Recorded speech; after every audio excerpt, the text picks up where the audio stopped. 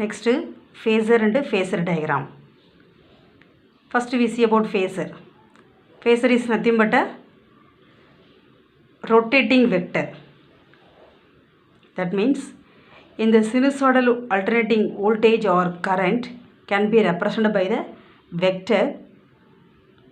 It will be rotated in the anti-clockwise direction at a constant angular velocity.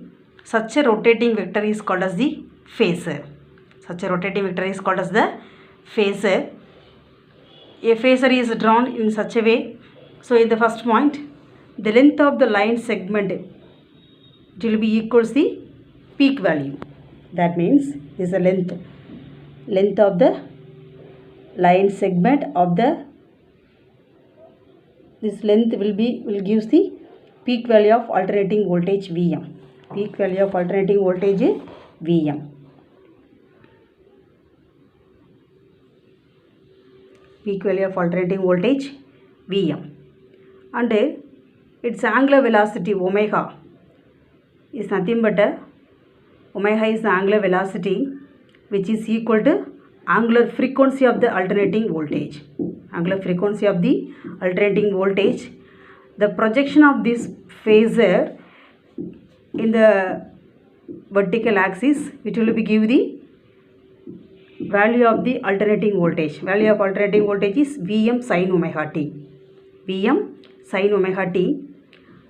And the angle between the phasor OA, angle between this one and axis of reference. Axis of reference is the positive x-axis. So angle between these two, it will indicate the phase of the alternating voltage. Phase of the alternating voltage. Okay. Here the phasor is introduced to analyze the phase relationship between the voltage and current. Phase relationship between the voltage and current. So in the case of phasor, there are 4 points. So how will you draw the phasor diagram? So first one, the length of this line segment will be equal to the peak value Vm. Peak value Vm of the alternating voltage. And omega is the angular velocity. It will be equal to angular frequency of the alternating voltage. So angular frequency of the alternating voltage. And the projection of this phasor on any vertical axis is a vertical axis. It will be gives the alternating voltage. Alternating voltage is Vm sin omega t. Angle between this phasor and the axis of reference. Axis of reference is the positive x-axis. So angle between these two, it will gives the phase of the alternating voltage. Phase of the alternating voltage. Okay. So here phasor is introduced to analyze the relationship between the voltage and current in the AC circuits. Next phasor diagram. Next phasor diagram. So in the circuit, our applied alternating voltage is V is equal to Vm sin omega t. V is equal to Vm sin omega t. This Vm, that means peak value, can be represented by the phasor OA. Can be represented by the OA. Okay. And the length of the OA will be is the peak value Vm, already we know. And it makes an angle theta, that means omega t, with the positive x-axis. The positive x-axis. And its projection on the y-axis, it will give the alternating voltage Vm sin omega t. Vm sin omega t. When this phasor OA will be rotated in the anti-clockwise direction with the angular velocity omega, it produces alternating voltage. It produces alternating voltage in the form of sine wave. In the form of sine wave. Okay. In the form of sine wave. In the form of sine wave. For one full complete cycle rotation, it produces one alternating voltage. One sine form of alternating voltage. With a base length 2 pi. With a base length 2 pi. So in the same circuit, if it have the alternating current,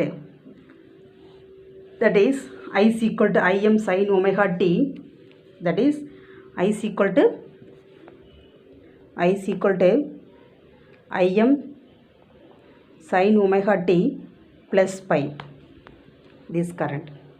Suppose in the same circuit it have the alternating current I is equal to Im sin omega t plus pi.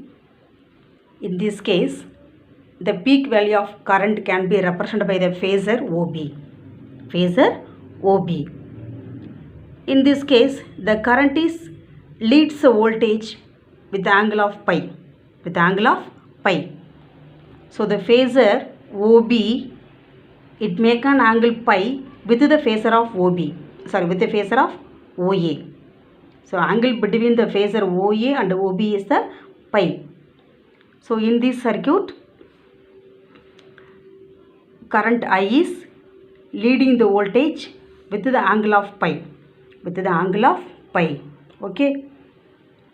Suppose if the current is lagging the voltage, so I is equal to Im sin omega t minus pi. Sin omega t minus pi. That means current lagging the voltage with the angle of pi. With the angle of pi. This one leads the current with the angle of pi. With the angle of pi. The corresponding waveform will be here. Okay. This is a voltage waveform. This is a current waveform. Current will be leading. Current will be leading with the angle of pi. With the angle of pi. These are all about the phase and phasor diagram. Phase and phasor diagram. Phasor is nothing but a rotating vector. It is a line segment. Such a line segment denotes the peak value of Vm. And omega, it is nothing but angular frequency.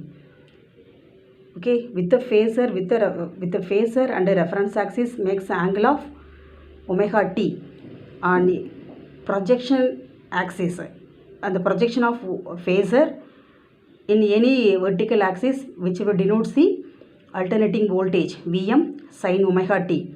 If the phasor will be rotating with the anti-clockwise direction with the angular velocity omega, it produces alternating voltage. It produces alternating voltage. Okay. In the same circuit, it having the alternating current I is equal to Im sin omega t plus pi. It can be represented by the phasor OB. This OB represents the peak value of Im. Peak value of Im. So phasor OB and OA make an angle pi. In this case, current I is leading the voltage with the angle of pi. With the angle of pi. The corresponding phasor diagram is this one. This is a voltage waveform. This is a current waveform. Current is leading the angle pi. Current is leading the angle of pi. That's all.